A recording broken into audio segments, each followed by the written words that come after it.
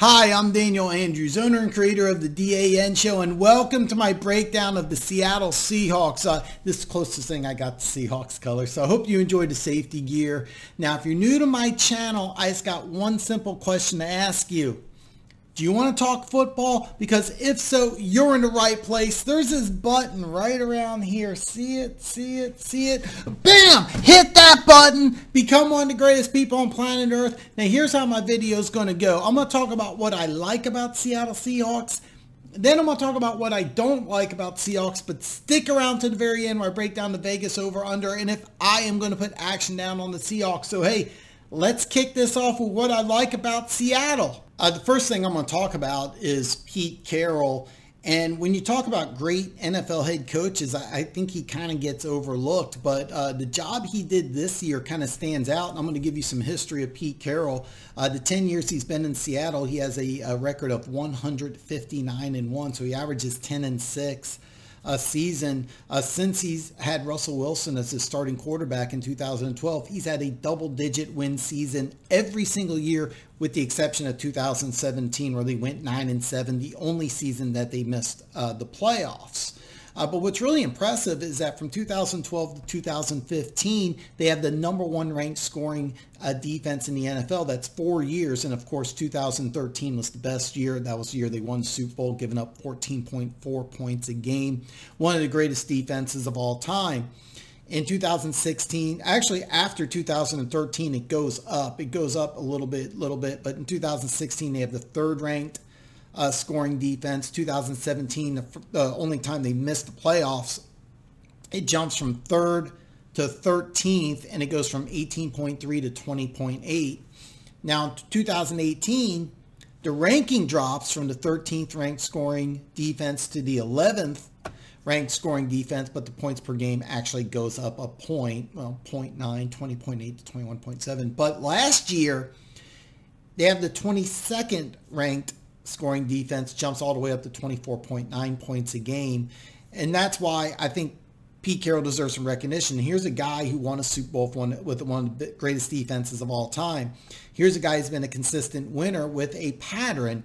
You play great defense, you run the ball, you have efficient quarterback play. Well, last year they had one of the worst defenses in the National Football League, the worst scoring defense since Russell Wilson's taken over as quarterback in 2012, but they find a way not only to get to the playoffs, but to win a playoff game, and they came really close to beating Green Bay in Lambeau with one of the worst with one of the worst defenses in the National Football League. Keep in mind, they still have some playmakers, still have some good pieces, etc., but this is a team that, you know, from 2012 to 2015 had the #1 ranked scoring defense. They're 22nd, 24.9 points a game. That's not good no matter how you look at it. So kudos to Pete Carroll for a guy who entered the NFL as the defensive coordinator. He's a guy who's always preached good defense. Well, he didn't have a good defense, still found a way to get to the playoffs and win a playoff game. And that just shows how innovative and creative he can be. He's also one of the oldest coaches in the National Football League, doesn't act like it. So I think that when you look at great NFL head coaches, I think Pete Carroll gets overlooked quite a bit. But I think last year might have been his best coaching job since he's been with the Seattle Seahawks. Second thing I like is that I mentioned the defense went bad, so why not add one of the best defensive players in the National Football League? You get Jamal Adams, one of my favorite players, and for the style of defense that they run, Jamal Adams is going to be perfect, and he's going to improve the defense tremendously. Now, did they give up in too much trade compensation for him? Yes, they did. The Jets, actually, to be perfectly honest, I think the Jets won the trade, but when Seattle traded Frank Clark to Kansas City, I think Seattle won that trade. However, Frank Clark ended up helping Kansas City win a Super Bowl. So did they really win the trade? And then keep in mind, if Seattle messed up the draft picks for Frank Clark, if the Jets mess up the draft picks for Jamal Adams, you know, but as far as actual trade compensation, the Jets actually win on that, but they still have to make good on those draft picks. Bottom line, I wouldn't like this trade for all teams, but I love it for Seattle. One, they've had some bad drafts in the past, especially the last couple of years. including this year. This year's draft was not good. When I talk about things I don't like, I am going to bring that up. So giving up draft picks for a player like Jamal Adams for the Seattle Seahawks, I think is really good. Here's a team that ended up winning a playoff game, going to the playoffs without a good defense. So they add, I mean, how good do you think Jamal Adams is? I think he's one of the top 10 defensive players in the National Football League. But a lot of times you have a good player, he doesn't fit your scheme. Jamal Adams fits Seattle's scheme perfectly. So I think that this was a extremely good move. And third and most important thing about Seattle Seahawks is Russell Wilson. And Russell Wilson, I was really floored by this. I'm going to admit, when the NFL Top 100 came out, he was voted number 2. I knew he was going to be high on the list, but I did not think he was going to be second, just behind Lamar Jackson. Keep in mind, I'm talking Baltimore tomorrow. So it floored me. He was actually voted ahead of Patrick Mahomes, which really surprised me. But his year really deserved it. I mean, here he got sacked a lot. The offensive line wasn't good. He had to make a lot of plays on his own. But his season was fantastic. 66.1% completion percentage. It's actually the second highest of his career, 4,110 yards.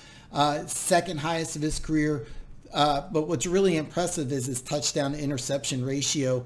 31 touchdowns, only 5 interceptions. 5 interceptions was the fewest of his career. The last 2 years, he's thrown 66 touchdowns, only had 12 interceptions. That's better than 5-1. And that's extremely impressive. Last year, it's actually better than 6-1, 31 touchdowns, 5 interceptions. And now keep in mind, when you look at the Seattle Seahawks, here's a team that didn't have a good offensive line. Here's a team that didn't have a good defense. Running backs kept on getting hurt, and Russell Wilson still performed at a very high level. This is his 8th year in Seattle as a starting quarterback. He's never had a losing season since him and Pete Carroll have been together in Seattle. And last year, I think, was his best year. So his 8th year in the league currently is his best. If he has a better year than last year, keep in mind, one thing that's very impressive about Russell Wilson is he keeps getting better and better and better. I used to think that he was a little overrated, to be perfectly honest. It's an old saying. I'm stealing this from Daniel Jeremiah from the NFL Network, says the Move to Sticks podcast. I am not associated with it, but I listen to it quite often. You have 2 types of quarterbacks. You have the tractor and you have the trailer. You have the tractor, you can actually pull your team, and then you have the trailer. Now, earlier in his career, when Seattle Seahawks had the number 1 ranked scoring defense, when they won the Super Bowl and went back to the Super Bowl, Russell Wilson was a trailer. And I really believed he was a trailer, but the last couple of years, he's been the tractor, especially last year. He pulled that team all by himself. And he's an MVP candidate.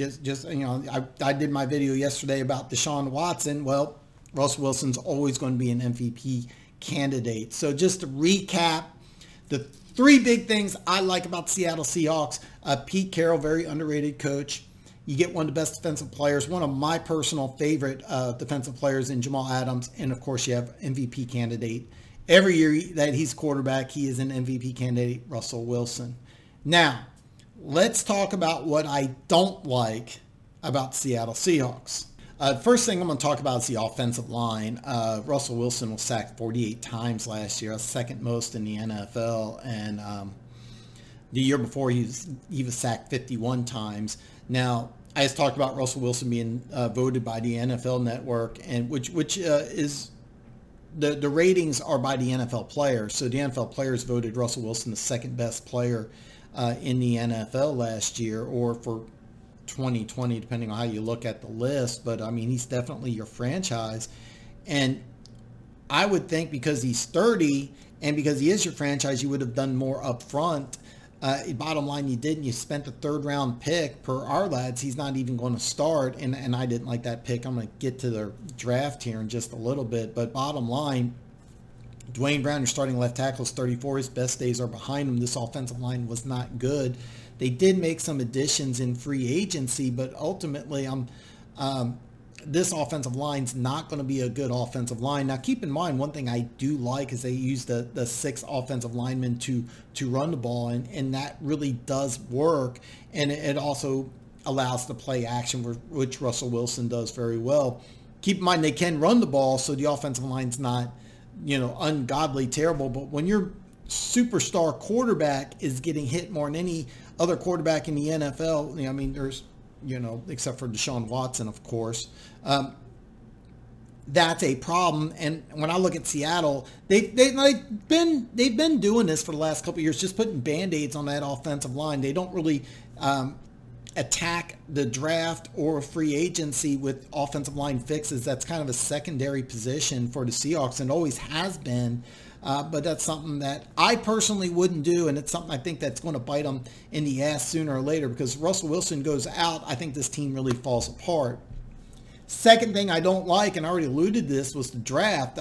This was a bad draft, one of the worst drafts in the league. Now, if Jordan Brooks ends up being a good player, then great. I'll be the first one to eat my words, but I probably went through almost 10,000 drafts, maybe even more. I went through thousands of mock drafts. Jordan Brooks was not a first-round player. No mock draft had him going in the first round. Ideally, he's going to replace either Bobby Wagner or KJ Wright, both of which are going to be 30 when the season starts. KJ Wright's in his 10th season. Wagner starting his 9th year. Now, there's no signs of Bobby Wagner or KJ Wright slowing down as of right now, but getting a replacement, I'm all for that. Using a first-round pick for a guy who's probably not going to be a starter when you have needs on that defense is bad. Then I mentioned the Frank Clark trade. We traded a 2019 first-round pick and a 2020 second. Well, that first-round pick, L.J. Collier, had 3 tackles last year. All right? They could have done something different with that draft pick. Now, I liked L.J. Collier, but he's got to step up. Our lads, a tool that I use, has Collier and Marquise Blair, the 2019 second-round pick, as starters, but neither one of them contributed last year for a bad defense. So that's a bad thing. Now, keep in mind, their draft wasn't completely bad. They got DK Metcalf at pick number 64, and that ended up being good. But the trade for Frank Clark, I actually thought they won that trade, but then the draft pick, Collier, 3 tackles, and in 2020, they have 2 second-round picks.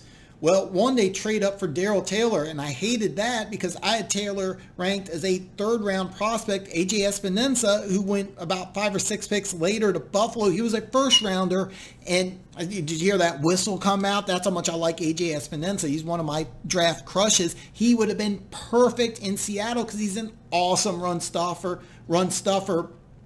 Yeah, he's a lot like L.J. Collier, so drafting a similar player.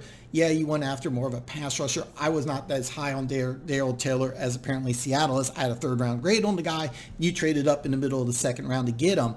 And then the 2nd-round pick that you got from Kansas City, you traded down for a 3rd, and which they ended up getting, what was his name? I just talked about him, Damian Lewis. Our lads has him as a backup. ESPN has him as a starter. I had a 4th-round grade on him. I had Lloyd Cushenberry. I had a 2nd-round grade on. He was available. Now, keep in mind, he played center. Seattle needs a guard. Matt Hennessy's another guy I had 2nd-round grade on. You could have got. You decided not to, so you overdrafted for the guard. Then what you did in the 5th round, you drafted another defensive end. So you end up using that Frank Clark trade. You end up getting 3 defensive ends. Why not keep Frank Clark? You know what he did in Kansas City? He helped win the Super Bowl. He was an integral part in the Chiefs' playoff run to get to the Super Bowl. 5 sacks in those 3 playoff games. You could have used him, but you got rid of him for draft picks, and then you bombed on the draft picks. Now, keep in mind the 5th-round pick, Alton Robinson, out of Syracuse. I actually really liked that pick. Some of the picks they had in the 4th and 5th round, Alton Robinson pick, the 2 4th-round picks, I liked.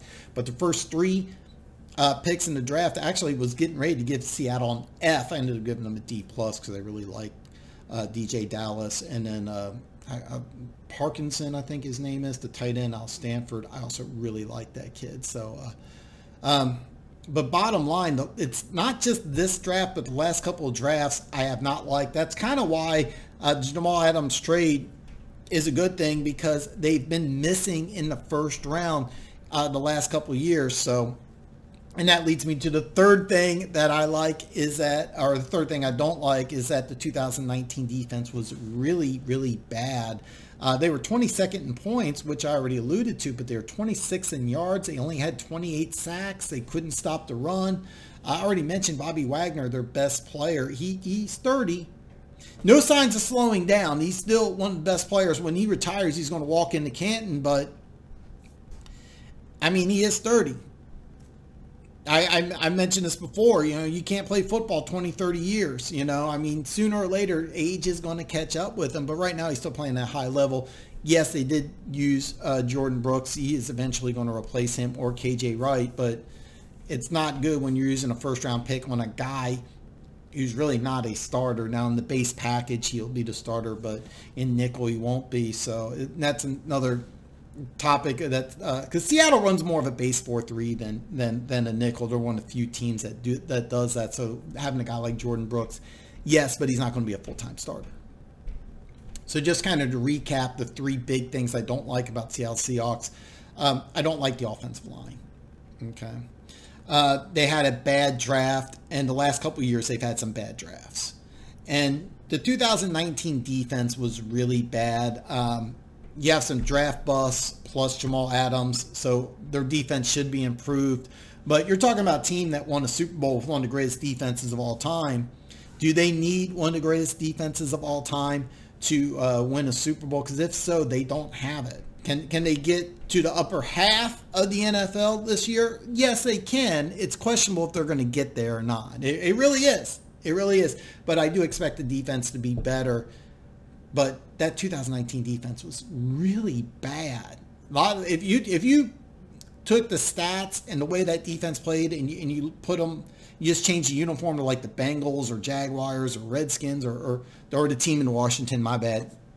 You meant like, I was one of the worst defenses in the league. But because the Seahawks jersey is usually associated with a good defense, you kind of looked at it as better than it normally is. But hey, listen, what did I tell you? Stick around to the very end where I break down the Vegas over-under. And if I'm going to put action down on the Seattle Seahawks, the over-under is 9.5. And right now the over is even money. So if you bet $100, you will win $100. The under is negative 120, which means that you have to wager $120 to win $100.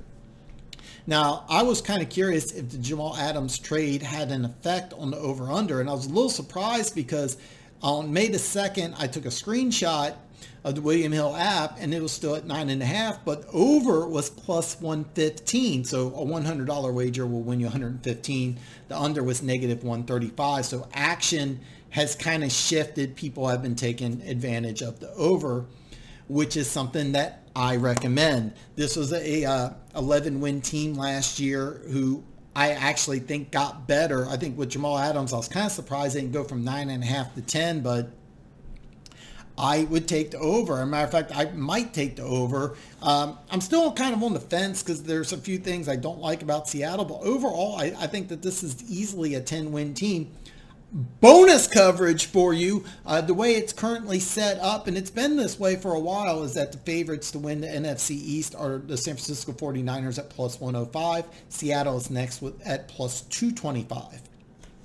I like Seattle to win the NFC West, so a $100 wager would win me $225. So I like the over, and I do like Seattle to win the NFC West. Yes, I'm breaking down San Francisco next week, so you already know that I don't have Seattle winning you don't have San Francisco winning the NFC West. I have Seattle winning the NFC West. Despite the holes I mentioned just a few minutes ago, I do like the over, and I do like Seattle to win the West. So listen, I hope you enjoyed the video. Hey, leave a comment. Let me know what I got right. Let me know what I got wrong.